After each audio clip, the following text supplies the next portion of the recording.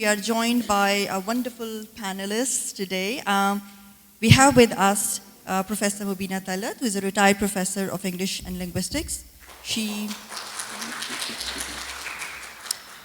started her teaching career from Bahauddin Zikri University, Multan. She served in many mainstream universities of Pakistan and is currently teaching in the Department of English, Quaid-e-Azam University. She has taught English literature and linguistics for more than 40 years. First in Multan, later in Islamabad.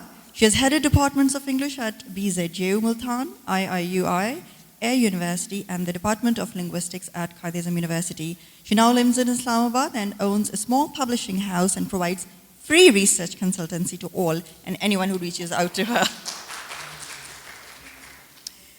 Our next panelist is Dr. Sabiatullah Khan, who is an assistant professor of English at Namal University of Modern Languages, Islamabad. He's an awardee of HEC Indigenous Fellowship, apart from being a research fellow at University of Michigan, US. Dr. Khan's doctoral project is a post-colonial feminist investigation of the life narratives of South and Southeast Asian diasporic academic women in the American Academy. During his research fellowship, he worked with 2010-11 MLA President Dr. Sidney Smith at the University of Michigan, US. He likes to work in the domains of transcultural, post-colonial, feminist, postmodern, metamodern, post-humanist, and eco-critical studies. His latest crush are poetics and politics of space and genre fiction. Going beyond essentialist, a binary-ridden theorizing on literature, is interested in looking at points of dissent. Is editor of Namal Journal of Critical Inquiry, and he regularly contributes to the literature pages in the news on Sunday. And our third panelist is Dr. Asma Mansoor, who is an assistant professor in the Department of English at International Islamic University, Islamabad. She's been teaching that since 2006. Her research papers have been published in reputable international journals, including Compare, a Journal of Comparative and International Education, Critique, Studies in Contemporary Fiction, Curriculum Inquiry, Asiatic, New Writing, the International Journal for Theory and Practice for Creative Writing, South Asian Review, International Journal of Readership in Education, and Palgrave Communications. Today, our discussion revolves around an important, albeit not very new question, that should there be any limits to creative or artistic freedom? And while I flagged up this question, and I'm sure many of you must have been contemplating works by Salman Rushdie, T.H. Lawrence, Monica Ali, Nawal Saadawi, or Asya Jabbar that have angered so many readers. And this brings us to the issue of censorship, which actually refers to various forms of restrictions and control informed by changing political and cultural context. Intriguingly, different writers and critics and scholars have shown different attitudes towards censorship. For example, whereas John Stuart Mill has defended censoring art that serves to, instigate harm, the Canadian writer such as Timothy Finlay has provocatively called censorship a cultural rape. And according to him, anyone who demands censorship should be called a cultural rapist. So, where do we draw a line between good and evil, acceptable and unacceptable, which to me is a slippery slope argument? I mean, should we place any legal restrictions on free speech or what we call creative expression? Is there any way to practice censorship in a most constructive way? So these are some of the tensions between artistic license and social and cultural sensitivities that we are going to talk about today. And before I start asking questions, from our panelists, I would like each of them to sort of at least give us a very quick definition and understanding of how they understand or how they look at the term artistic tightrope. So shall we start with Dr. Mubina Talat? Thank you very much, Arusa. Number one, before I talk about what I think about the tightrope, thank you very much for bringing up this discussion. this topic, which is very important. And way back when I was a student, I remember our first discussions in the Department of English. I mean, the very first lecture in the Department of English was about aesthetics. What is literary aesthetics? And how, when my teachers gave this lecture on literary aesthetics, they simply said, we are not going to talk about morality in another subject. We are not going to talk about what is right and wrong in religion. That's discourse about right and wrong in religion stands outside the domain of literature. And, similarly, when you talk about right and wrong, what is good for this or that, that stands outside the domain of literature. Literature is dominated and ruled by its own artistic principles. And the first principle, and then we went into discussions of what is literature. I remember, the canonical book was, for us, was Henry Hudson's What is Literature? And then there was a chapter on what is a novel, what is poetry? And in poetry, the discussion on poetry basically was very, very intense. And in fact, I remember the first 3 months were dominated by this discussion, what may be aesthetics. And when we talk about the question of right and wrong in literature, we talk about it in such a way as to make it happen within the domain of literary aesthetics. So those were different times, maybe. We had not then seen the era of Ziaul Haq in I belong to a time which was this was basically Zulfikar Ali Bhutto's time. So then, suddenly when East Pakistan parted from us and, became Bangladesh, things radically changed. Now, that is one point that I want to make. And number two, in my time, we were very aware of the fact that our society is a society that relies on, because it relies on speech, our personal interactive relations are somehow more important than the relationships that we establish through writing with people or readers at a distance. So, we were very aware of it. So whenever we talked, of course, during 80s, discussions became very, very political. Even essentially literary discussions, the things that we regarded purely aesthetic, parinda geet gata hai, parinda chahchahata hai. Even that parinda, people would stop and think, oh, is this parinda really a parinda? Or, there are strings, political strings attached with this image. Who is this bird, who sings? So when we were aware, we were always very aware of the fact that there were people whose sensitivities we wanted to train, but not necessarily provoke or subvert. The idea was never, in my time, it was never subversion. It was merely to place it, and if, let us say, for example, coming from South, coming from BZU, which is very, very traditional society, and Jamaat-e-Islami was very, I can probably, name it here, I couldn't name it there, but, there were people who would actually come to our face and say, to me, for example, personally say, पैगंबर साहब ने कहा कि जी अगर औरत जो है वो रूल करेगी तो वो सोसाइटी जो है वो तबाह हो जाएगी. We said, okay, you are right, you are so right. You are so right. But, there is an argument that you need to sit down and listen to me. और मैं उनसे कहती थी कि, हमारा एक concept है about religion, there is God, there is Prophet, there is Quran. हम सबको जो है तीनों में से हम किसको जो है प्रेफरेंस दे के चलेंगे.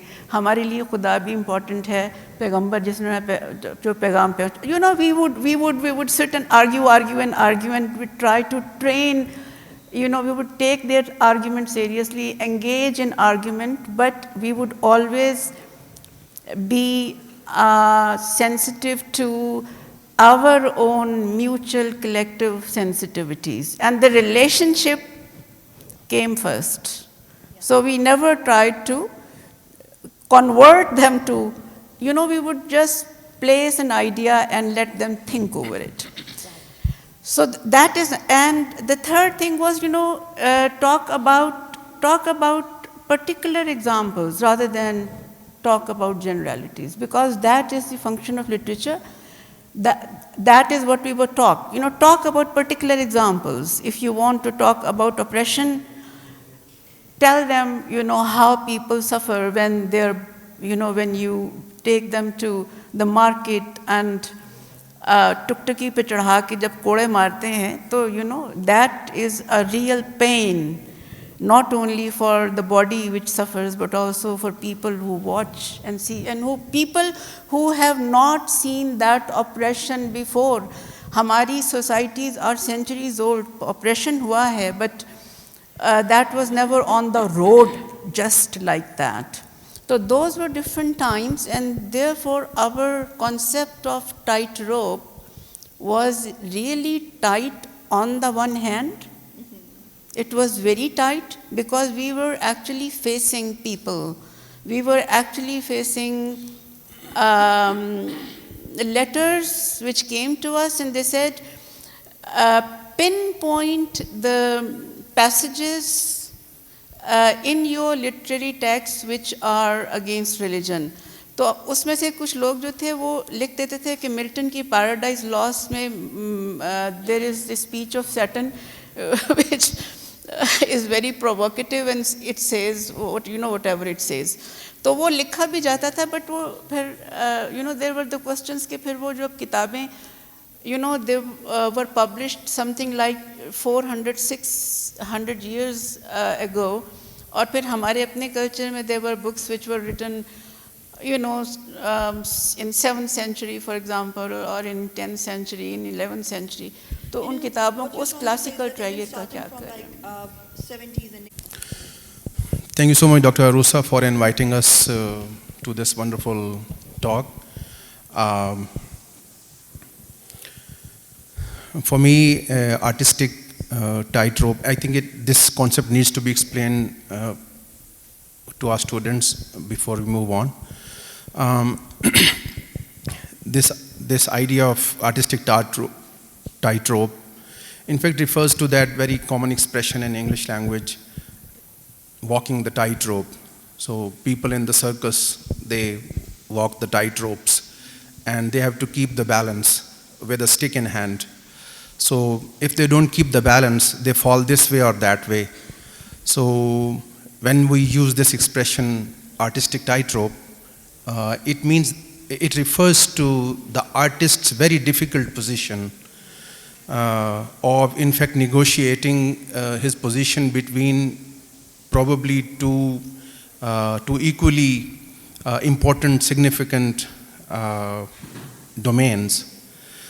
So right from the beginning, I mean, in the modern documented history, from the times of Plato down to this day, this idea of the tightrope has been spelled out also and implemented also. First of all, Plato himself, he did not want the poets to live in his ideal republic because they would corrupt the morals of people. Thank God there was no material ideal republic to for people to live in, otherwise he was going to expel them. But simultaneously, he had a room for those poets who would not do that. So he writes it in the 10th chapter of The Ideal Republic. I mean, from those time down to these, there has always been this idea of the kind of Damocles sword that is hanging on over the artist's head, that they have to behave. So they have to follow the line, they have to toe the line of the times or the countries or the places wherever they are. If you, for example, switch from those times down to the present times, you can see this idea of this artistic tightrope everywhere in the world. It was there in the French Revolution and the literature being produced around that. It was there in the Russian Revolution after Stalin, during the Stalin and Lenin's times. Probably we can cite examples in some other question, but you can see, you can just imagine the number of people who were put to exile because they were not following the line, and they in fact refused to walk this tightrope living there, so they were put to exile. So this consciousness that we have to respect the societal sensitivities, social and cultural sensitivities on the one hand, wherever you are living, and on the other hand, we have to honor this idea of aesthetics in literature. I mean, the art for art's sake thing. I mean, when you walk between these two positions, you are straddling the fence. So when you straddle this fence, so you are dancing on the hyphen. It is like that. So it is a very tight position. So probably today's talk is going to be about this very sensitive, vulnerable kind of position of the artists that they want to keep intact if they want to write or if they want to exist as artists. And artists include all of them, like poets, writers, dancers, painters, in whatever domain they work. So I think that is I understand. Thank you, ma'am, for inviting me here. It's a pleasure. Okay, so for me, the idea of the artistic tightrope is intimately connected with the idea of artistic freedom and the problematics that lie within it. So I'm sort of, because most of the points they've covered, so I'd like to problematize what artistic freedom is. And artistic freedom is, again, connected with readership and the society that is declaring what is artistic freedom. Now, generally we assume that Western societies are more liberal, and even perhaps they have a tendency to accept more libertine ideas. But you also need to remember that under the overarching rubric of artistic freedom, there are voices that never see the light of day unless there is something in it for someone. Let me give you an example. Native American literature became a domain in its own right somewhere in 1990s, or after 1970s it started gaining currency, and now we're studying it here even in many universities because it has become something of a commodity, and creating the illusion of freedom of expression and creativity sells. And then I'm going to, again go towards back, to return to the idea of the artistic tightrope vis-a-vis how freedom of expression in itself becomes a hegemonic tool to either exclude certain voices, to silence them, or to include them. So not sort of intending to brag or anything, but it's something of a recent experience that I had. I've finished translating a novel, an Urdu novel called Hubs by Hassan Manzar. And it's about a comatose Ariel Sharon and the guilt that he experiences when he's in that state of a coma, and he sort of, all those scenes of his, the atrocities that he's committed, they're sort of recreated on his subconscious, and it goes inside and outside. It's a hetero and homodiegetic kind of a narrative, and was very difficult to translate. It took me 3 years. But when I started sending it out, to publishers, one of the problems that I encountered was there was this fear that I'm writing about Ariel Sharon or about Israel, and at the same time, this tendency to assume that because I'm highlighting what is happening in Palestine as a Holocaust, and because it does not align with their concept of the Holocaust, therefore my narrative or my translation was not acceptable. So even those societies who would immediately pick up a person from our society, claim that this person has been prevented, like Salman Rushdie, at times Muhammad Hanif, and people like that, who talk negatively about their own societies, and when there's a backlash in their own societies, they say, see, these people are being, Pakistani societies like that, Indian society vis-a-vis Arundhati Roy is like that. But at the same time, when someone is producing a work that goes against their sensibilities as well, so even this freedom of expression and creativity in itself is a delusion, in my opinion. So I think that all writers are walking that tightrope. Whenever they are writing in a particular context, whenever they are reaching out to a particular society. Sometimes the work might not be dangerous, but the way the readers are interpreting, like ma'am talked about, particular political party, you don't know how people would interpret it. So I think we need that maturity in reading approaches as well on the social level. And it's sort of, very much connected to varying sort of, political, cultural, and societal context, as we said. But then, at the same time, we always say that, creativity nurtures diversity. And it is the essence of freedom, not only of an individual, but of the societies, of the communities. But then how are we going to shape new narratives or explore new ideas or even, for example, discover new perspectives if those who dare to speak differently are suppressed? Should I? Yeah, so if you just... Thank you so much for that question. I was really looking forward to it. Okay, so if you look at Pakistan's history, ma'am talked about Ziaul Haq, and Pakistan has experienced overt or covert forms of suppression and censorship throughout from its inception. That did not prevent writers from writing what they wanted to write without actually, they were writer activists, but they weren't rabble-rousers. What I'm trying to say is that one man's writer activist, as Arundhati Roy calls it, can be another man's rabble-rouser, right? But look at Anwar Maqsood. He wrote Angan Tera, right, with that extreme sophistication. It's so sleek, his expression, the way he's critiquing the society and the government without the government actually, being able to do much about it. You have plays in Urdu like Talim-e-Balagha that critique the society and the government as well, and they were able to do that despite censorship. And that's where, I think that when even writers like Gabriel Garcia Marquez were able to write, Isabel Allende, look at her background, the way she was able to write her works that went directly against General Pinochet. I know she wrote in America when she was in exile, but the point is that she was able to write something based on that experience, and it became generalized, almost universalized at the same time.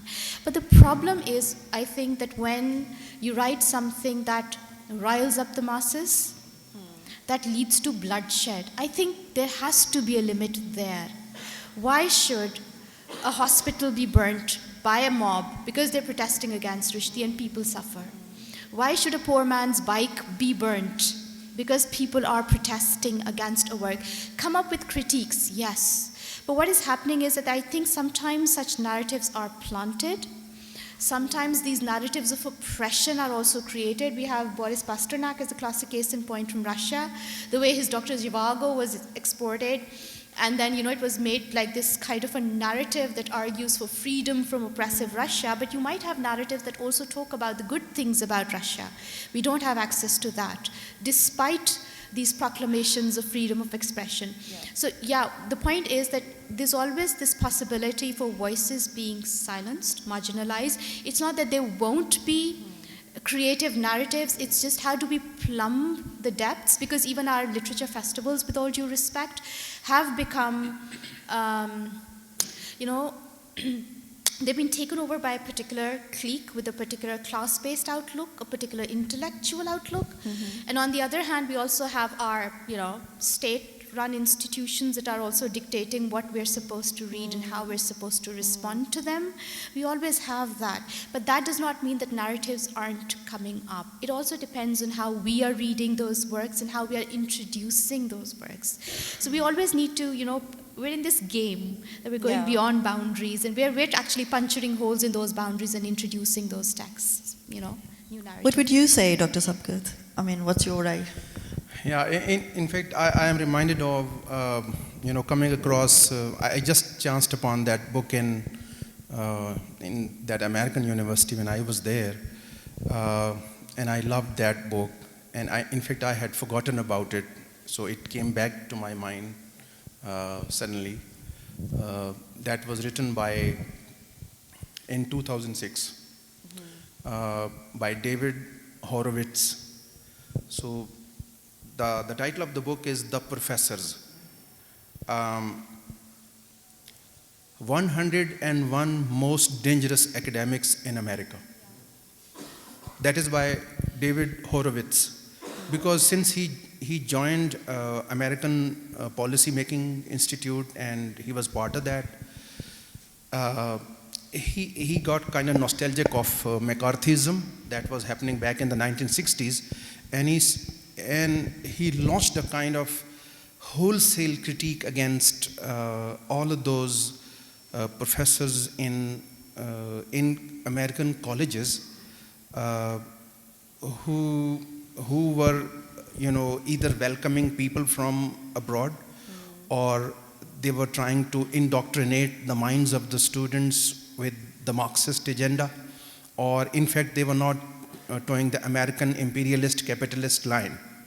So he gave a list of 101 professors, and he didn't stop there. He brought another book that was like one party classroom. So he did it with someone, one party classroom, and he was trying to politicize everything in the sense that only those school curricula would be approved. I mean, he went around 150 American college curricula, 150, and he was trying to sift one curriculum from the other just to see if it fits into the American sort of point of view, I mean the way American capitalist mindset wants it to be.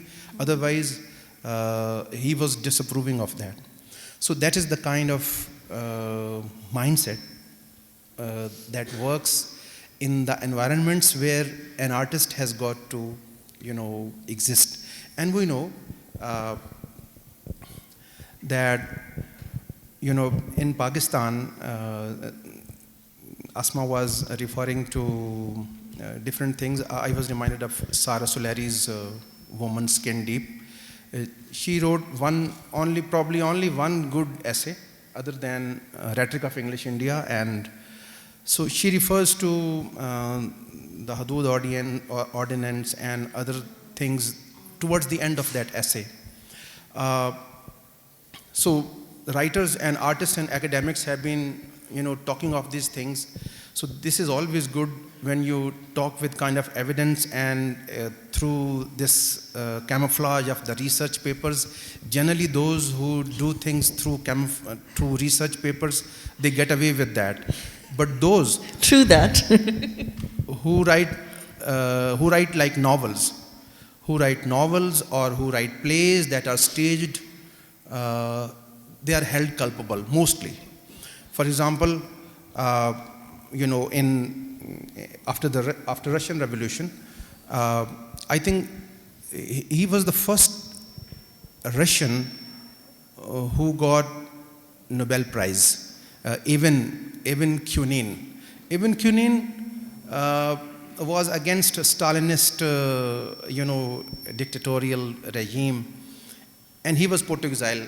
But he kept writing there.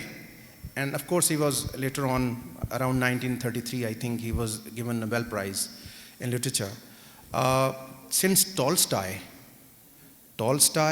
and Dostoevsky, since they could not offend those sitting upstairs that much, and they had the art of, like Asma was trying to say, that you need to have the way to put it, so that they don't mind it. So both Tolstoy and Dostoevsky kept writing their things, staying here for quite a lot of time. Otherwise, Maxim Gorky, even Nabokov, they had to leave Russia. If you don't talk of, they were trying to talk of diversity, bring in the new point of view. How to create the new narratives. So since new narratives are not always welcome, so you have to, see if it is going to be welcomed. So when you were referring to D.H. Lawrence, when D.H. Lawrence wrote Lady Chatterley's Lover, even before Women in Love and Sons and Lovers, when he brought out Lady Chatterley's Lover, it was banned. It was banned in England for about 30 years because he was trying to, present a new point of view, only a new point of view. So it was banned. I was surprised when Ernest Hemingway's A Farewell to Arms was published in 1929, since he was kind of criticizing Italians, and he himself had been working with the Italian army in the ambulance corps, and his hero, his protagonist, Frederick Henry, is also a kind of autobiographical, alter ego for him in the novel. When A Farewell to Arms came out, it was banned in Italy because it was talking against Italians. So Italians did not accept it because he was saying, certain very outlandish things about Italians. So wherever you would bring a new point of view, a new narrative, and you would try to raise your voice against the grids, that they have established, so you would not be welcome. Even Anna Akhmatova. Yeah. Anna Akhmatova, famous Russian poet, female. Her poem Requiem is cited everywhere as a very harsh critique of the Stalinist regime of terror. And Anna Akhmatova had got to bear the brunt of, and she had to face the music for it. And we know reasons why, Nabokov had to migrate and he had to leave Russia. So these are, all of these instances, if we don't, for example, talk of Habib Jalib and Faiz Ahmad Faiz inside Pakistan, whenever you say main nahi manta, you may say main nahi manta in any fashion. This is in Urdu, but if you say it in some other fashion, main nahi manta, and if, for example, if you say aaj bazaar mein pa bajolan chalo, so Faiz had said it so beautifully, but if you want to say it in some other fashion, you are already walking this tightrope of the artist. Yeah. So you have to take care of the sensitivities around you. So if you are in a place where you have this room for writing such things, otherwise you need to be prepared for it. I want to add one thing. That is maybe on the other side of the debate. The question, why shouldn't artists not respect the sensitivities, cultural and social, or for that matter, political sensitivity? Why shouldn't artists be respectful to that? Is there any country in the world? That's the next question. Yeah. Is there any country in the world that has developed room enough for this thing that, okay, go on whatever you want to say, we are not going to, stop you from doing this. This is not happening anywhere. Even in Brazil, you write a novel against football, they will kill you. Yeah. And this also reminds me of some of the Uyghurs I read in China who have actually experienced a lifetime imprisonment and persecutions for writing against the state. So, I mean, yeah, that's being practiced everywhere, Syria and Egypt and other places as well. Dr. Mubina, you've been teaching Pakistani literature in different universities, and I'm just wondering, what do you think that, do you think that the South Asian writers were free to write whatever they want to without the fear of recrimination? Or do they have poetic responsibility? Really present Russell as my own ideas, or that I don't misrepresent Russell in any way, you know. So the responsibility is double. But you know, it's not just artistic tightrope; it's also academic tightrope. yeah, I mean, Academics are artists. yeah, sort of, in a manner of speaking. In a manner of speaking, yes, but teacher is an artist in a different way. You know, how we re-represent things. And again, all those things are included. You know, are you training the sensibilities, or are you provoking, or do you want to do them both at one go, etc. Each class is different. Each topic is different, and you basically decide according to the context. But actually, I want to go back to your second question. And I just want to, everything has been said before, but I want to talk about two things. And that is, one is artistic genius. One is, another one is, you know, just you feel that you are an artist and you want to create something. You know, that is, I may have the impulse to create a flower on my shawl. You know, that is an artistic impulse, to create some form of beauty, some form of art.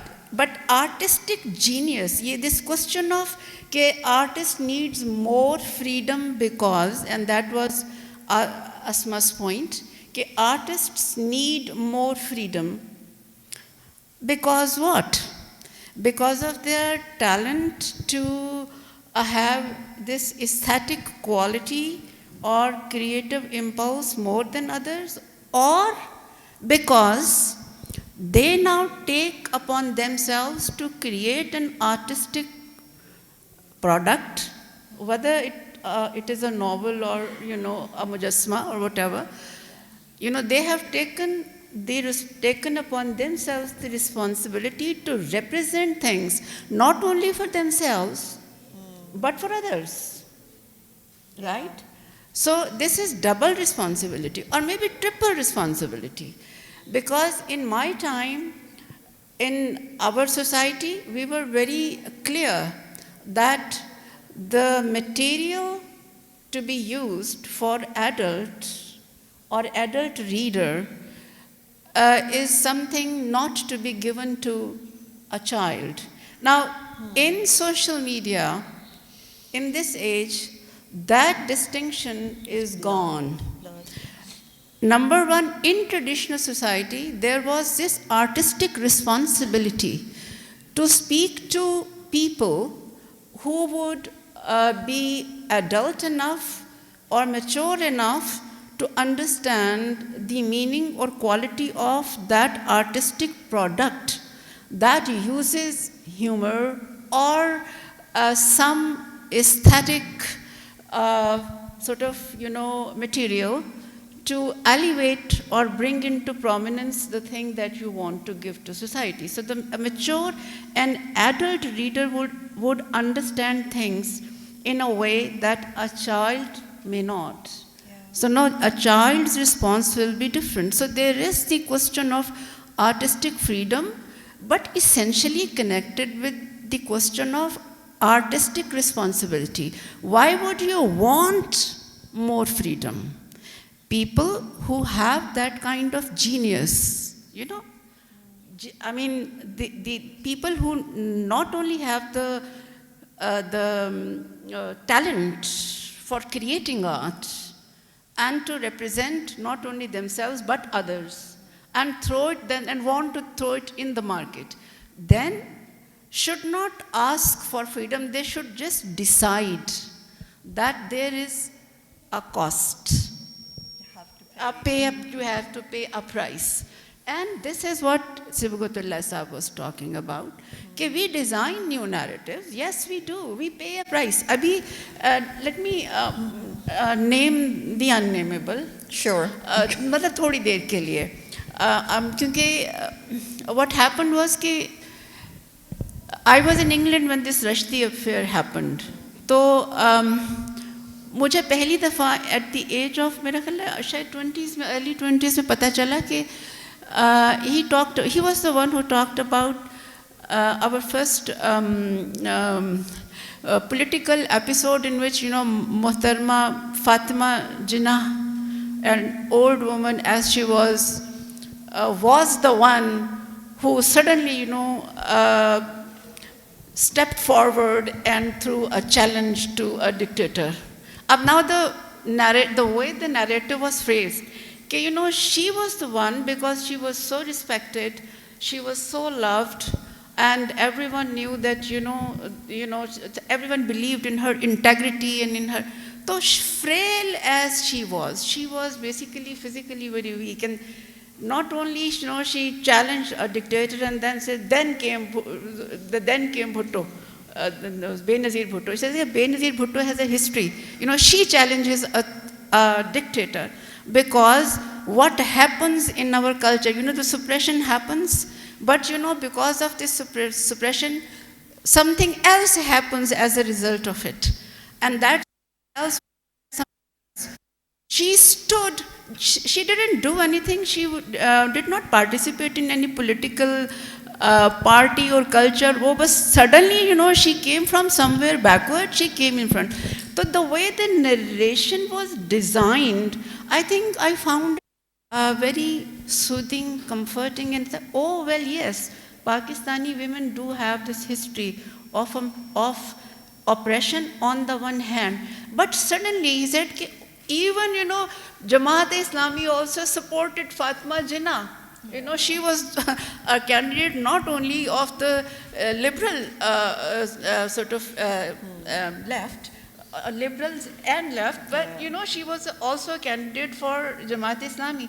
And I said, oh my God, I mean, no writer, no right-wing writer, no religious leader, no nothing could, frame this this narration. So, I was thrilled, and I said, okay, so this continues to happen, and this applies even to our own time. We see things are happening. There are these women who are in jail. Nobody's talking about them. Yeah. Nobody, what did they do? I mean, maybe just perhaps, what exactly Sanam Javed and वो क्या कि मुझे actually अभी तक नहीं पता कि उन बिचारियों ने ऐसा क्या What have they done? Yeah.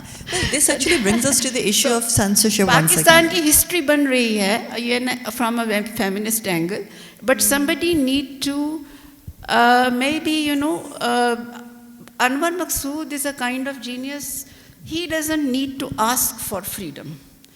He is the kind of person who knows how to play with language, how to play with ideas, how to present it, and how to get away with it also. Yeah.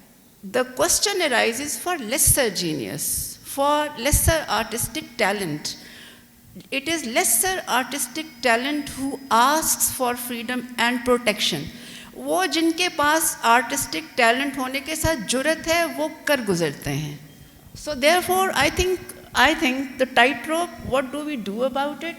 फिर जिनमें जुर्रत है वो कर गुजरे. पाकिस्तान के पास अगर जुर्रत नहीं है तो they will फिर ये है कि they will wait for a good time to come when fear overcomes, when there is no one to put that or instill that fear into that mind. ये तो होगा जब there will be people who come to the forefront with lesser talent, with lesser sort of intelligence, and they will feel threatened by people who have this great artistic quality to challenge, to create, to open up new ways and be bold and to own it, and then of course give the necessary sacrifice, pay a price for that. So ये for मेरा ख्याल है शायद it is that. वो जो genius है वो कर गुजरेगा. Okay, that's yeah. Okay, this actually brings us, because you've talked about the yes, you want to add something to it. Please go ahead. I just want to add a few things. In fact, if we want to fix this issue, I mean, if we want to save the artist, how would it be possible? I think Dr. Saba has been talking of the lesser genius and, I mean, the big genius. People have been doing it in the literary history and in the history of the art. I mean, if we stay focused only on literature, those who use certain tricks or strategies like irony or like satire, they get away with it. And whenever somebody asks them, why have you done that? I mean, they say, this is all symbolic, this is all allegorical. I mean, why are you interpreting it like that? When Jonathan Swift wrote that essay, the essay. When Jonathan Swift wrote that essay, a modest proposal. So that modest proposal was, I mean, that is the name of the essay, a modest proposal, that he writes in order to suggest to the English government how to control population.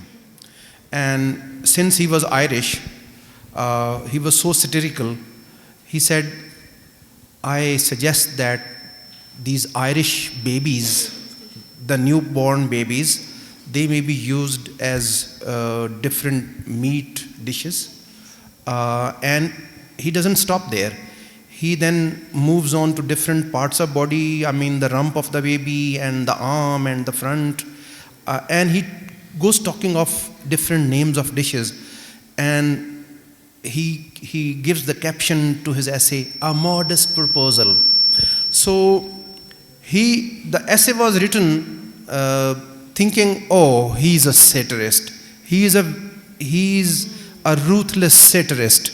When he wrote Gulliver's Travels, once again, when he called human beings, pernicious vermin walking this earth, and when he started kicked off that debate between Hunims and Yahoos, and he reduced human beings down to the status of Yahoos, no one was going to take him to task because he was a satirist.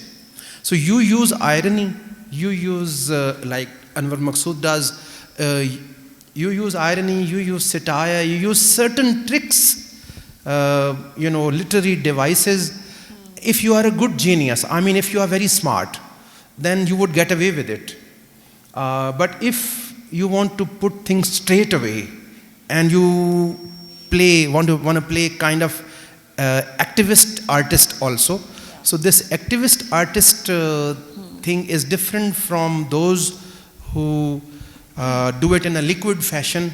That is why I always compare, magical realism with post-colonial studies in a way that magical realists, they have this art of, using irony, this magic thing, the idea of the supernatural. They use kind allegory. of camouflaging the bitter realities or the social sensitivities that we are talking about. Yeah. And they get away with it.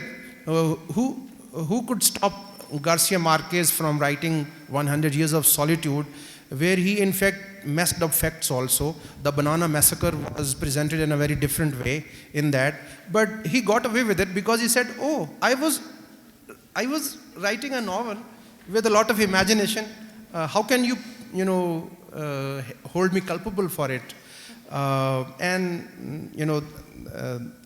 If these lesser geniuses, I'm referring to Dr. Saba's term, if they have to, for example, say things and convey certain ideas, they may not be able to do it like post-colonial writers do, because post-colonial writers, they do not use these things.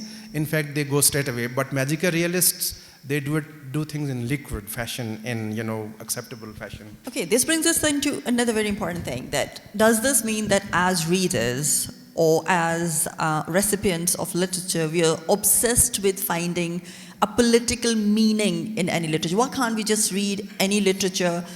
Or why can't literature be contemplated as something which speaks to you at different level or in a different way, in a diverse way? So is this our obsession with finding political meaning in everything? Okay. Is it inevitable? I think the question that you're asked, she wanted to ask? No, it's okay. You just send that out. So it's more entangled. It's entangled in the sense that I think in Pakistan, South Asia in particular, South Asian Anglophone writings, or maybe if I just broaden the horizon to incorporate post-colonial writings in general, I think that writers themselves also engage in a lot of political discourse, sometimes even at the expense of the aesthetics of writing. Yeah.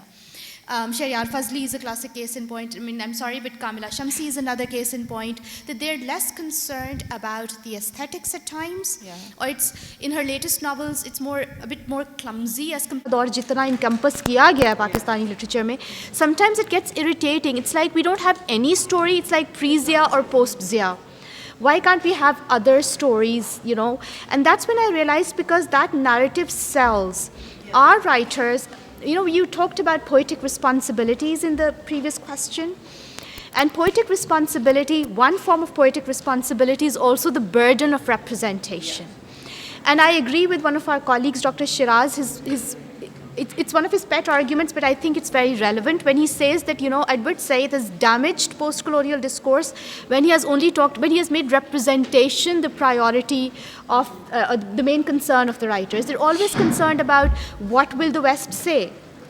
You know, if you read Kamila Shamsi, when she's talking about suicide bombing, it's like she's trying to come up with this middle ground, that she's trying to humanize both, and she's failing at that. It's like we're constantly asking her, we understand that her approach is reductive. I found her novel, Home Fire, extremely problematic from a Muslim viewpoint as well. I felt that she was not able to do justice to the intricacies of the issue at the same time.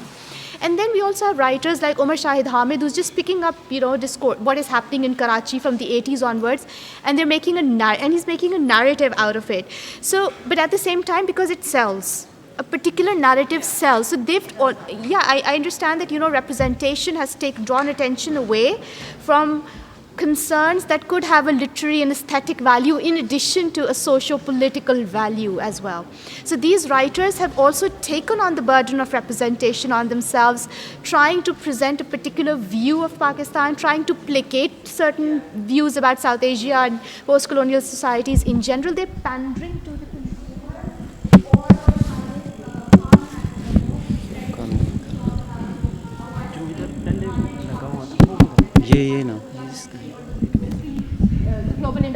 military industrial complex. So he's come up with this term. So we're pandering to that at the same time. So when you're talking about, you know, the political meaning, I think the writers are also responsible, and as we as readers are also constantly finding political meanings. Arrival of the Monsoon, it's Rafat's poem. I have seen that people actually impose a meaning on it, a political thank you so much. A political meaning on it. I understand that you can go towards allusions, and allusions we can go on, but I don't think the political meaning in terms of the storm or, you know, the windiness, it's not like Shelley. He does recall Shelley, but he is not Shelley. I think we need to understand these nuances when we as readers, as teachers are also teaching that literature, that there's something beyond politics. And maybe because our society has always been so politically active, politics, if Deepika Bahari says post-colonialism has gone down to our gut, I think in South Asia right now, politics has gone down to our gut. So, what would you say about this assumed burden of representation of South Asian or any other writers? Two things. One is both reader and writer belong to a certain period and time. Because they are addressing they are writing in that time, and you can't really, completely decontextualize yourself. You have to write in, you are writing in context, you are reading in a context. So that is one thing. And if there are things which are happening to oppress the writer and the reader, both, so therefore, that will happen. I can understand that. But then coming to your question, do we have to look for political meanings all the time? Do we have to look for it? Well, my response will be divided yes and no. Number one, politics is not necessarily the politics that comes from our government and political institutions. It is not just that politics. Whenever we are addressing the question of, oppression, or what oppresses us, or why we feel unhappy or sad, why we feel that there is an obstacle in our way. So, when you identify an obstacle, you identify a bigger, greater power who's blocking your way. So I think there is that sense of politics also, so we don't necessarily force ourselves to read, nor should we. As teacher and a reader, I would say no, we shouldn't. But then, why we are bent upon addressing political issues? Because it has gone beyond the limits. I mean, we all know this. सांस लेना मुश्किल हो गया ना, अब तो हम सांस नहीं ले सकते, हम मर गए. There was a time when there were only, मतलब कोई 10 साल पहले, what happened in Balochistan was, there were 2 or 3 women who got out because they were protesting against something, and there were only 2 old women, probably, or 3 old women who came to just support them, or वो पांचों की पांचों जिंदा जो हैं वो कब्र में दफना दी गई. And there was a very famous political person, body, who said on the floor of our house कि ये हमारा कल्चर है, हम तो करेंगे. And here in our classrooms, there are people who will say to my face, हम, similar things. Now I can't really quote them, but similar things कि, ये क्या, ये जो छोटी-छोटी ये जो चीज़ें हैं, मतलब क्यों पढ़ाती, ये जो, for example, Sara Suleri is one. I tried to say कि उसके लिए ये बड़ी हिम्मत का काम था, not just to represent Pakistan, not just वो, मतलब to be a daughter that she was. And then to say, कि here was my father, and I love my father. लोगों कहीं ये ना समझ लेना कि because I'm saying all things, I hate my father. I don't hate my father. And don't, वो किताब में ये भी कहती है, don't misread it. कहीं ये ना समझ लें कि मैंने चूँकि अब्बा के बारे में ये कह दिया है तो I hate my अब्बा. I love my अब्बा. और वो बार बार कहती है, I was only loving him. When I was saying this or that thing about my father, I was only loving him. So one possible, जो शायद वो जो है ना question of कि how do we become sensitive to the masses? So I think probably if you are aware of the fact कि people would be hurt, तो I think there is no harm अगर आप कभी कह भी दें कि people, I am aware of the fact that you will misread. And this is not my purpose. I just want to say what I felt. कि अब्बा ने ज़िंदगी इतनी तंग कर दी. My sister had to run away from home and marry the man who was actually Pakistani. वो असली पाकिस्तानी था, जेहलम से ताल्लुक़ रखता था, असली पाकिस्तानी था. अब्बा came from India and he said कि I love the ideology of Pakistan. And अब्बा का एतराज़ ये था to that man कि why did he raise this objection to Iffat's marriage? बेटी की शादी पे एतराज़ क्या था? The एतराज़ was कि this man does not know the ideology of Pakistan. The question is, did he? I mean, did he really need to know the ideology? He was Pakistani. So therefore, मुझे ये लगता है, जब मुझे एकदम समझ आया ना कि वो क्या कह रही है कि my mother became dust before she actually died. वो कहती है पाकिस्तान की मट्टी में मट्टी हो गई. And people still said कि you are British. She loved my father to bits.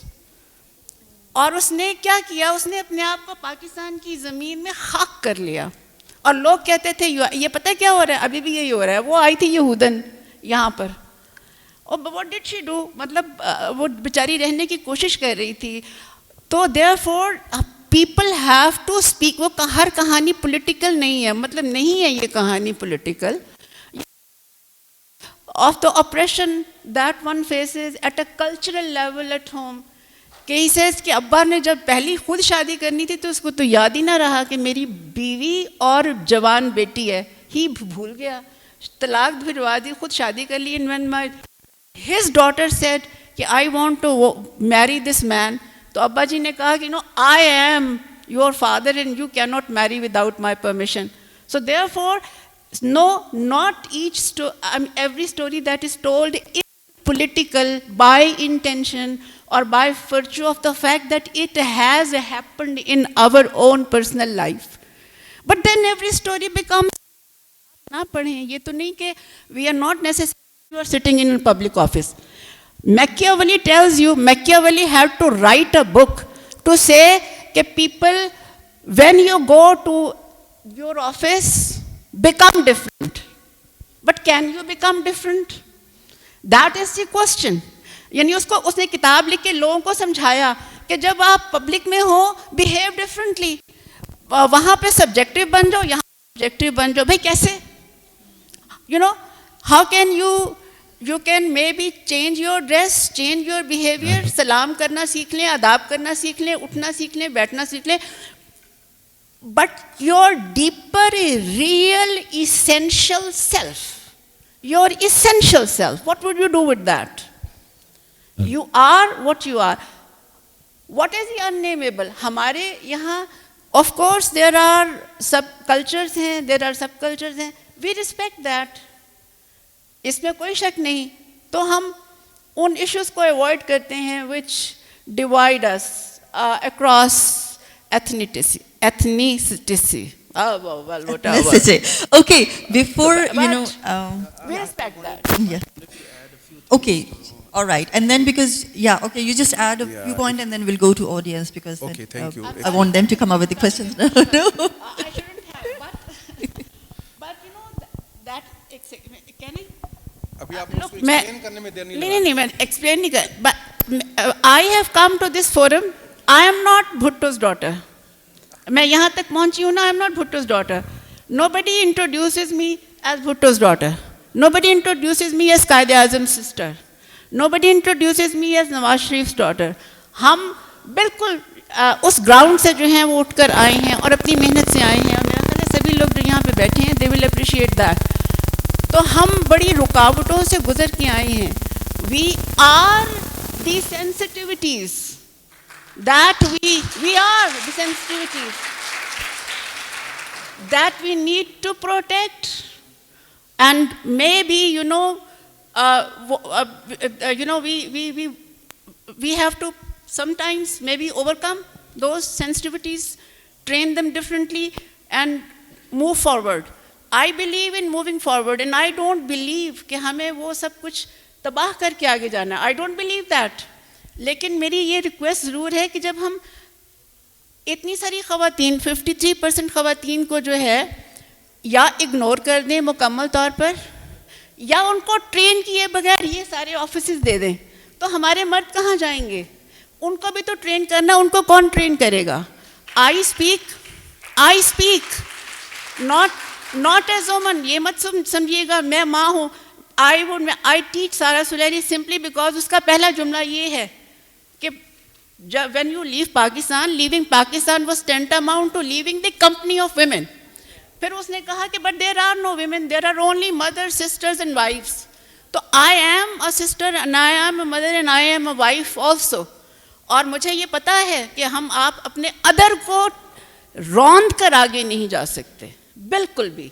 तो ये तो दोनों पर अप्लाई होता है ना, आप पर भी होता है, मुझ पर भी होता है. So I protect all those sensitivities. It is not that I am, for freedom, absolute freedom. There is no such thing as absolute freedom. I believe that. I was feeling like interrogating this question. Why to always try to read aesthetics in literature. So, for example, for I would say if we take this idea, we would be losing some great works, some really great works, literary works that were written for politics. For example, Paradise Lost by John Milton was essentially a political work. We would never be able to read Jonathan Swift's Gulliver's Travels. And a great novel by Maxim Gorky, Mother, was 100% political text. So it gets a little harder to see if, all these anti-foundationalist theories that are working around, like Marxist, feminist, post-colonial, and other, anti-foundationalist theories that work against the dominant discourse. There is politics all over the place, and people even say that Sabah Mu'allaqat were political, and the Greek drama, when it started off back in those days, Greek drama and the poetry contests that were held on Mount Olympus, those were political things. And it was only in late 20th century when Rushdie said that all literature is political. I'm reminded of, I'm trying to give arguments in the favor of my contention. Tariq Ali, the famous, novelist, intellectual, Pakistani American, he was friend of Edward Said. He interviewed Edward Said in after 1967 Middle East War, and he asked him a question. Have you gone past your Dorian Gray period of writing? Because Edward Said's writings became overtly political when, after 1967 Middle East War, when, and Edward Said started doing things in a very strongly political way. So it was Edward Said who said, yes, my Dorian Gray period finished after 1967 Middle East War. And he was, of course, referring to Oscar Wilde's novel, A Picture of Dorian Gray, which is considered 100% art for art's sake thing.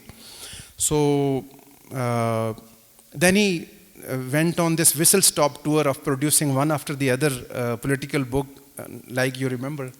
And if I just refer to Columbia University in the present times, it is said about Columbia University. One of our students, Dr. Rabia Amir, she has been there for her, IRSIP scholarship.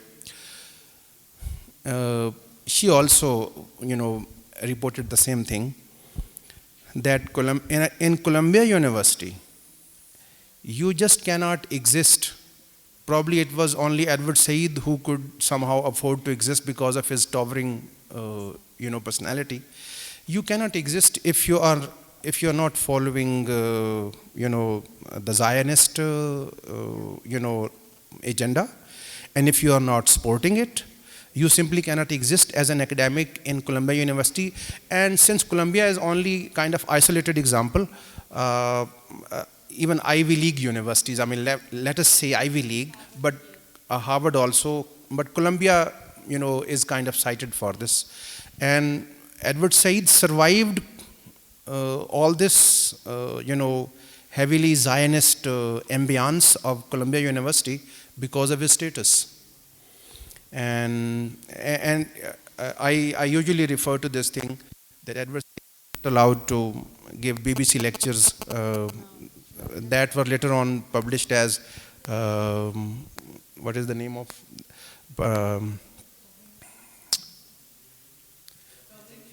No. Representations of the intellectual. the intellectual. He delivered lectures on BBC. BBC wanted to, do those lectures, but BBC was being thronged with requests and in fact with threats not to let that happen. But BBC went for it, and the lectures were recorded.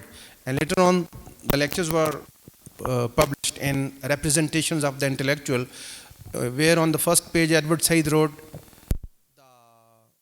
the responsibility of the intellectual is to speak truth to power. Hello. Thank you so much. I actually wanted to then ask the next question that, for example, then who is going to decide what kind of writings are appropriate? So can you please take mic to the audience, and before we get question from them, anyone would like to just respond to this? Who's going to decide which writings are appropriate?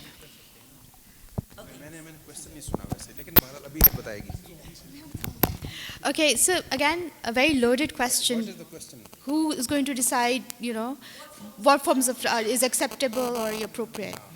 I think that there are just too many factors going into it. I'll give you an example. In 1967, in Sri Lanka, there was a novel by a 27-year-old Tennyson Pereira. It was called Cogwheel Buddha.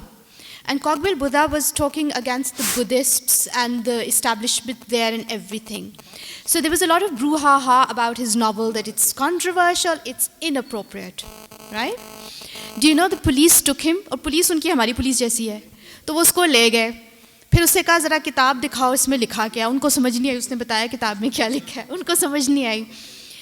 The police walas called a literature graduate from a nearby university to explain to them कि उसमें क्या है. फिर भी नहीं समझ आई. नहीं समझ आने के बावजूद बाइक पे गए और जहाँ जहाँ किताब पड़ी थी उठा कर ले आए. ठीक? So who decides? I think there are just too many factors at work there.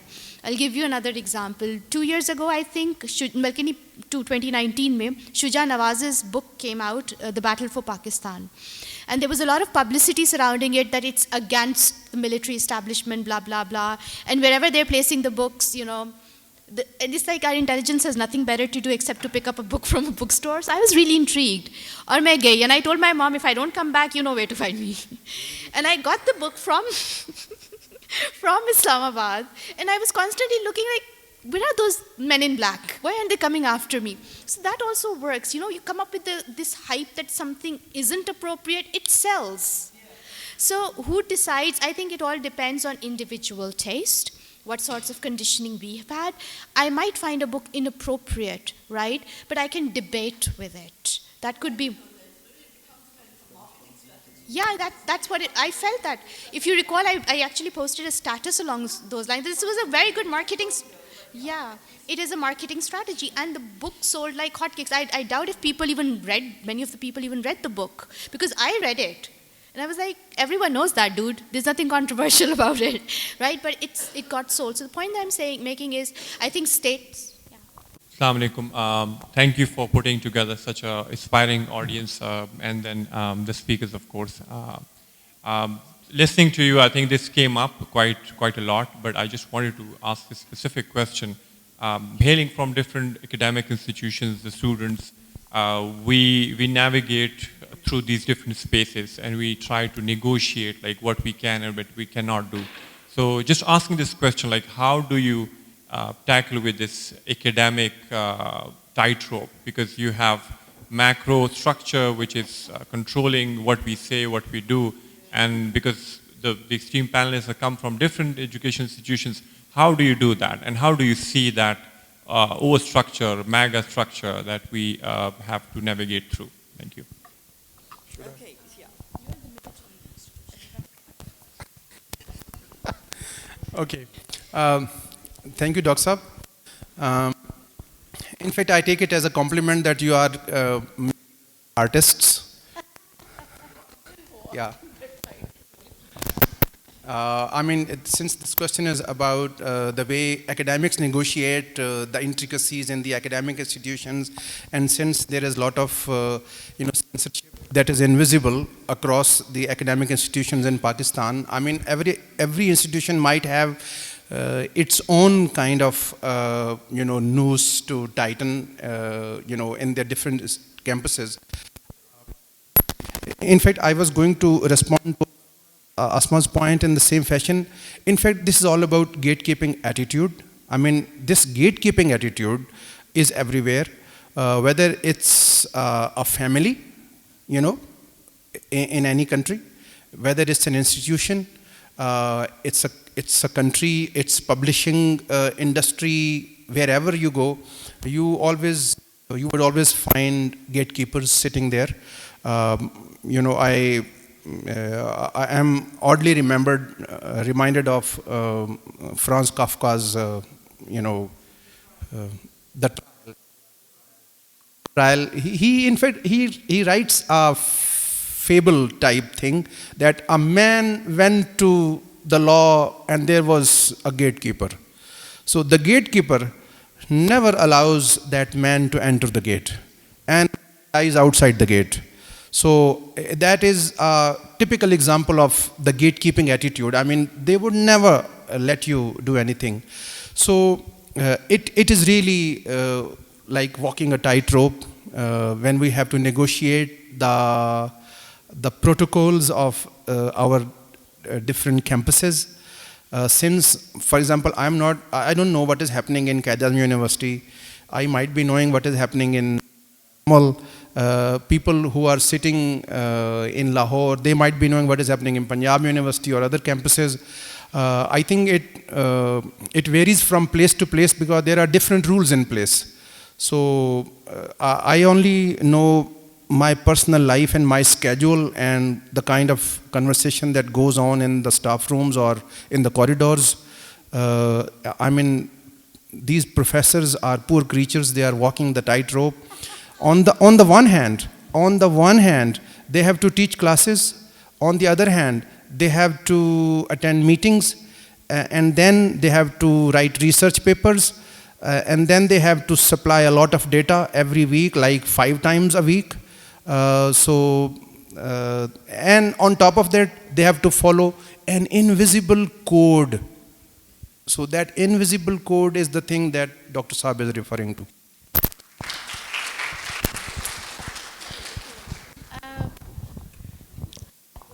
Well, I think I would probably answer you from my own personal experience. Experiential knowledge is just the only thing that I can rely on in this case. I think I'm reminded of my own teacher who said that literature per se is only a table talk. You can't deliver literature in lectures. So अपने आप को let's limit to the examination agenda. Yes, Asma. Okay, so should I wait for the question and answer? Okay. So, well, the institution I work in has its own set of challenges in terms of the ideological, epistemological attitudes that are there. Having said that, you always call me about that. I call many people about it. When I need someone to vent, I send my lives here. Okay. Yeah. Anyway, coming back to the topic. So when I was teaching popular fiction, I introduced in Islamic University V for Vendetta. And it's politically loaded, it's risque, it's racy, it's everything. And I was kind of cautious in the beginning. I was like, I'm walking on eggshells. You know why I was walking on eggshells? I wasn't just afraid of political parties. I was also afraid of what some students might say and what people around me, even my colleagues, could sort of make it a controversy. But you know what? You start engaging with that work, you start talking about it, you start throwing ideas at students, and even controversial ones without really necessarily unpacking them, but they get it. Our students are intelligent. You need to give them exposure. And you can easily do that while walking the academic tightrope, right?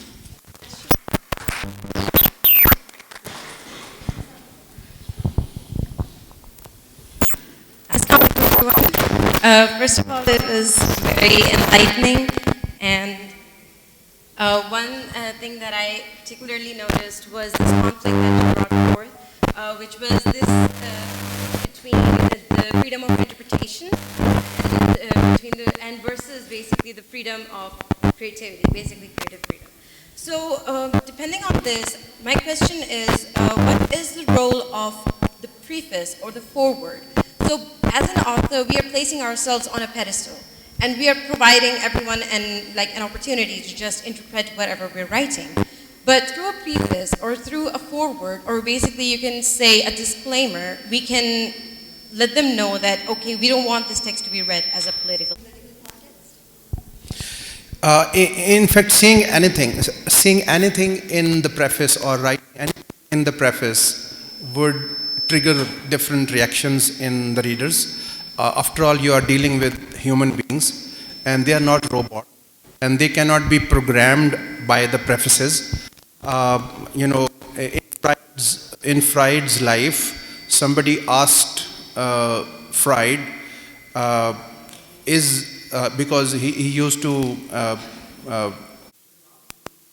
do you think cigar is symbolic? And Freud said, sometimes a cigar is only.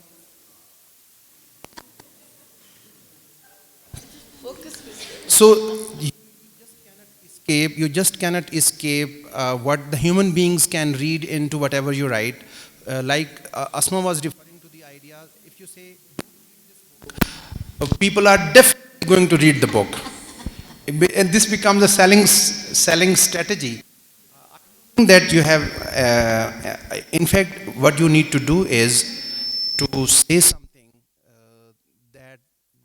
that might coax the readers into reading it, whatever the strategy may be. So it is your call. If you have this art of seducing the readers, Whole discussion, this artistic tightrope sounds more like police virat for the artist. It is thinner than the hair, sharper than the sword for lesser geniuses, and diverse like a motorway for artistic genius. So हमने अपने बड़ों से सुना है कि अदब वो है जिसे सुनकर पढ़कर या आप आह करते हैं या वाह करते हैं. लेकिन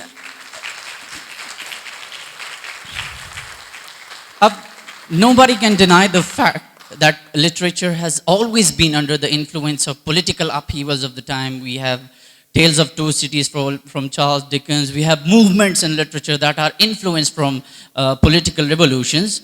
And even in the contemporary times, especially with the emergence of literary theory, literature has been politicized a lot. So I just want to ask from the panelists, where do you see the future of this literariness, aesthetic sense of literature for the young artists like us? Because literature has been politicized from even the current conflict of Palestine and Israel. So even I just want to ask that this aesthetic sense, literary sense, is the only characteristic element of literature that differentiates literature from other fields. Political writings, yes. So I just want your comments on this. Literariness amidst all that political. I think again I'll quote example from my own culture. ये जो थी खुशबू की writer का नाम क्या था? परवीन शाकिर. परवीन शाकिर, आपका ये जो आह और वाह है हमें बहुत पसंद आया. It belongs to oral culture, because वहाँ पर it is very clear that the artist bears a responsibility towards his or her audience. पक्की बात है, neither, दाएं बाएं कुछ नहीं. But the thing is that now we are into the age of writing, one, writing in another language, two, writing ideas which actually cross borders and bring ideas from other societies. So things have complicated a little bit for the young writers. So that you language, whether you are a second second language or in a third language. I hope you can hear me. So, Parveen Shakir, being Khushbu, बहुत young 20 years 18 उम्र में लिखा और जब खुशबू आया तो लोगों ने कहना शुरू किया but it is all about love and ishq and Khushboo and flowers and तो when will your writing be mature? तो उसने कहा कि for God's sake I am young, only 20 or 25 years old. मेरा जो आर्ट है वो फन, मेरे फन को अभी आसा नहीं चाहिए. I can walk on my own 2 feet. So I think that is so therefore अभी आसा नहीं चाहिए for young writers. You have to make your own explorations, whether it is in Pashto or in Punjabi or Urdu and if you want to name all the great writers from wherever, no, just look दाएं बाएं अपनी ज़ात के साथ रिश्ता सबसे पहले उनके साथ कायम करें जिनके लिए आपने लिखना है, जिस ज़बान में लिखना है. That is very important because हम जो बातें कर रहे हैं politics ये भी आई है, मगर याद रखें कि 90% politics comes from the other. तो othering से पहले self. So देख लें कि आपको कहाँ जाना है. I think, even when we're conducting research or helping my supervisees are working on topics that are generally political, I have to remind them that your work is also the work that you're using a study in social sciences or anthropology or something like that. So you have to keep the literariness in mind. I think literariness, you have your own options right before you. You can use any genre, any style to write anything you want, whether it's political, personal, psychological, or whatever.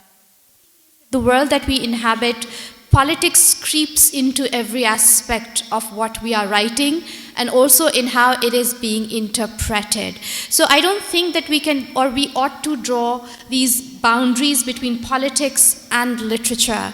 Because remember what Arundhati Roy says is that literature provides us with a shelter. So when that shelter collapses, we reconstruct another shelter, right? So that we can articulate in our own art. And what is reconstructing, architecture? That's an artistic license in your own way. So you have that freedom. You don't need, like Dr. Mubina Talat said, you don't need any support. You can be political, you cannot be political. I'll give you an example. When J.R.R. Tolkien wrote The Lord of the Rings, and his other works like the Silmarillion. If you read The Lord of the Rings and the time when it was written, that was the time when Hitler was preparing for the Second World War. And there are many people who now obsessively and compulsively interpret The Lord of the Rings as an allegorical representation of the circumstances prevalent at that time. Whereas he himself had written in the preface that the work is pure fantasy of the land of the fairy. It has absolutely no allegorical connections with what is happening in the world today. Did that stop people? He was writing in his own style. How people take it, how they interpret it, that onus falls on them. He used his own literary style to write that work of art. It's up to him. Okay? My question is directed to Dr. Saab. As he pointed out in the middle of the session, that when an artist takes care of the social sensitivities, he becomes creative. So he gave the example of Jonathan Swift's modest proposal as well. So when it comes to the context of Pakistan, most of the people are not that much erudite, they are not that much literary. So how could we come up with that challenge? Working, I think. So, to simplify it a bit more, that the Pakistani readers are not that much, they don't have that much grip on literature. So, if somebody writes in a language that is difficult for them to comprehend, so what's the use of writing in that particular language? I mean, we have to be political in literature, we have to be direct in literature, we have to be more directed towards the audience. So if somebody becomes more creative here, they will be misunderstood, distorted, and they don't have anything to be interpreted in the way they wanted him to be interpreted by the audience. So would you like to throw some light on that? If somebody becomes more creative here, he will be misrepresented, he will be distorted, because the readership here is not that much creative, that much. Pakistani writers are catering to all kinds of readers. I can give you the latest news, latest from the oven. Dr. Arusa has, speculative fiction in Pakistan. So when people, Osama Shafiq's Snuffing Out the Moon, you won't. Osama Siddiq Snuffing Out. You won't feel any issues understanding the book. Of course, first of all, you would enjoy this, reading it as a kind of speculative fiction. Now coming up with speculative fiction, even magical realist. Nafisa Rizvi has written The Blue Room. They say that Zaib, the protagonist in The Blue Room, is there's a lot of magical realism in the treatment of her character. So Pakistani writers are experimenting with all kinds of writing strategies, and they are trying to cater to the needs of all kinds of readers. So this is, you don't have to get disappointed that maybe writers would be writing a little too creative and we won't be able to catch up with them. But of course, I would suggest one thing: there is no substitute for reading. So you have to pull up your socks and you have to gird up your loins and you have to read more if you want to access what is happening in the publishing industry. Are the writers catering their local readership? Are they trying to sort of cater to the wider readership? Again, this is something that we have seen, in the last 2 decades, that post 9/11, most of the texts they were written based on the debate surrounding Islamophobia and war on terror, and such kind of a text they actually sell. They were selling fast. As compared to, Asma has very rightly pointed out the case of Kamila Shamsi vis-a-vis Uzma Aslam Khan. Aslam Khan didn't bother about writing about Islamophobia or even war on terror and propaganda. So nobody knew about her. It was quite at a later point that, people get to know about Uzma Aslam Khan. And contrary to that, if you look at the writers like Shamsi or Aslam or Muhammad Hanif or Mohsen Hamid, everyone all of a sudden knew about them. And now, of course, because there is a boom of this fantasy literature globally, so the writers who are writing fantasy literature, they're selling really fast. So yes, it has definitely to do with the publishing industry. It's the choice of language, the choice of genre also that counts. I was discussing a work of fantasy fiction with Ma'am Arusa the other day. And I was telling her, thank God people haven't read it. इस किताब ने ban हो जाना था. ठीक है? क्योंकि people. The thing is because it's considered lowbrow literature. It's considered, fantasy for children. So people aren't really, their radars aren't really, all that up. So people are writing things. They're hiding, what their real intentions are behind their strategies, the techniques, the aesthetics, the genre, and the group that they are targeting. There are so many books that end up getting written in a language which the public does not have access to, right? So when they don't read it, they don't know what it's about, they won't be riled. लेकिन अगर मैं उर्दू में लिखूँ कोई novel में या कुछ इसे उमैरा अहमद लिख देगी तो आग लग जाएगी कोई इस तरह से फैल जाएगी बात. So it depends. You need to come up with your own strategies and you need to determine what are those blocks that you can deploy for your own protection so that you don't end up in jail. और इसीलिए Umaira Ahmad जो है वो mystical fiction लिखती है. Jail में नहीं जाएगी वो. Hello sir, thank you so much for gracing us with your presence. Sir, पहला तो मैं आपको एक opinionated से है, हम बात कर रहे थे सारी सेंसर की उसके ऊपर बैन है, जितनी भी हम कदगन लगाने की बात करें. तो I would like to go by the opinion of T.S. Eliot, जिसने कहा मर्डर इन कैथीड्रल के अंदर कि they know and they do not know that action is suffering and suffering is action. So tolerance को बेयर करना भी it self एक struggle है, और ये जो सारी सेंसरशिप है, जो सारी कदगन है, वो भी इट सेल्फ एक नैरेटिव को ऊपर ला रही होती है, हाईलाइट कर रही होती है. And the other question is sir कि ये सेंसरशिप, हम मिलिट्री इंस्टीट्यूशंस की बात कर रहे हैं, कुछ फ्यू इंडिविजुअल्स की बात कर रहे हैं, but we are not talking about literary figures themselves और द टीचर्स देमसेल्फ, कि वो भी किसी तरह को किसी को कहते हैं कि यार ये डिटैच कर देते हैं, किसी को निकाल देते हैं. लेट्स से हार्डी बात करता है डिवाइन जस्टिस की, तो वो सुनी जाती है.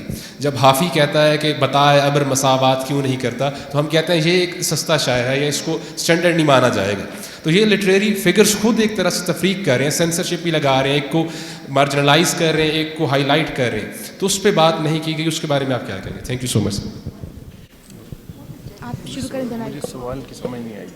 अच्छा, I think what you wanted to say, I hope I am audible, what you wanted to say, जो मैंने समझा है वो आपने ये कहा है कि लिटरेरी फिगर्स खुद तफरीक करते हैं. मेरा ख्याल है लिटरेरी फिगर्स नहीं तफरीक करते, हम लोग एज टीचर्स और the people who make the curriculum वो तफरीक करते हैं.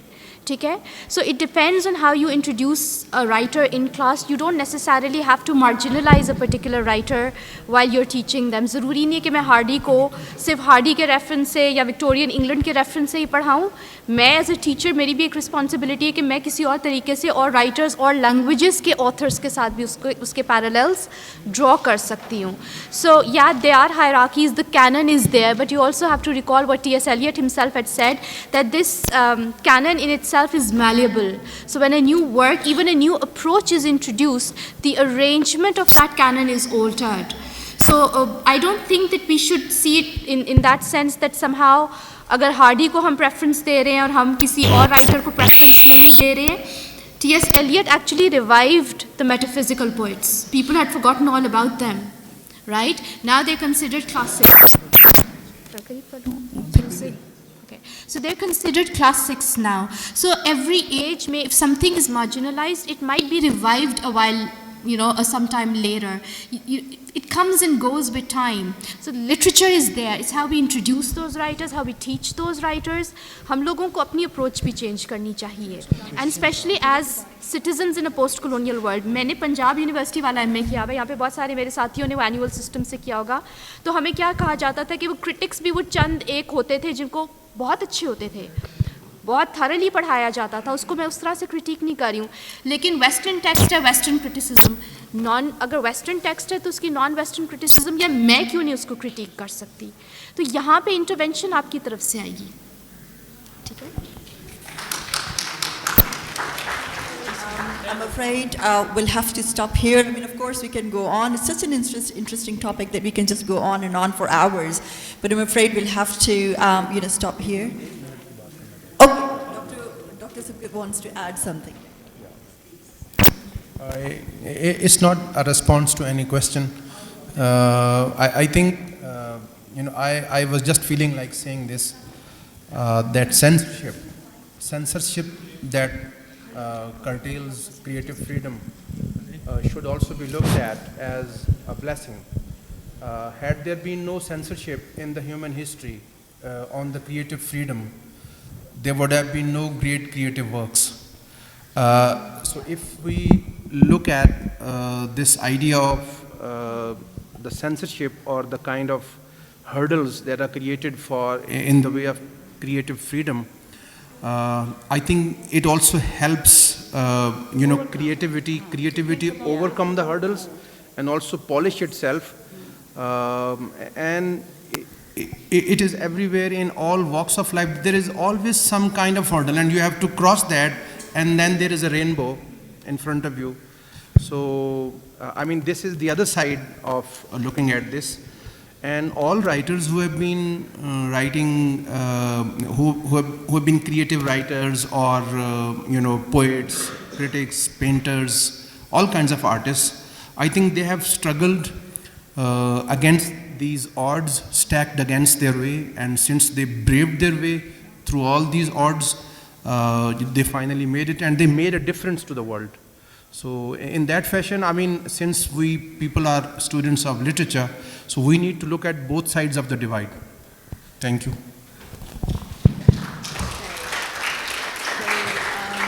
Now I would like to just thank my esteemed panelists, Dr. Asma, Dr. Sabkat, Dr. Mubina Talat, for being part of this wonderful panel. And I would also like to thank my audience, my respected colleagues from NAML, from other universities, who took their time to just participate and being part of this, academic event that we have organized. It's a kind of a first literary event that we have organized in this Department of English. So thank you so very much for being part of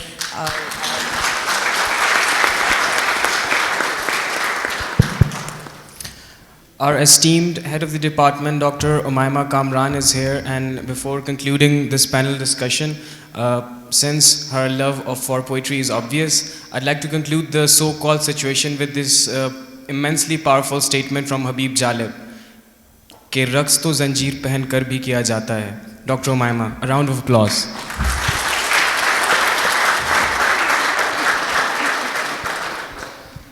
Thank you to the panelists, Professor Dr. Mubina Talat, Dr. Sibghatullah Khan, and Dr.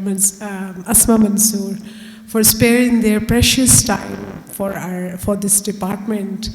I am sure they must have given very enlightening discussion on this topic. It's really pertinent topic, and students of Department of English must have learned the challenges of becoming creative writer.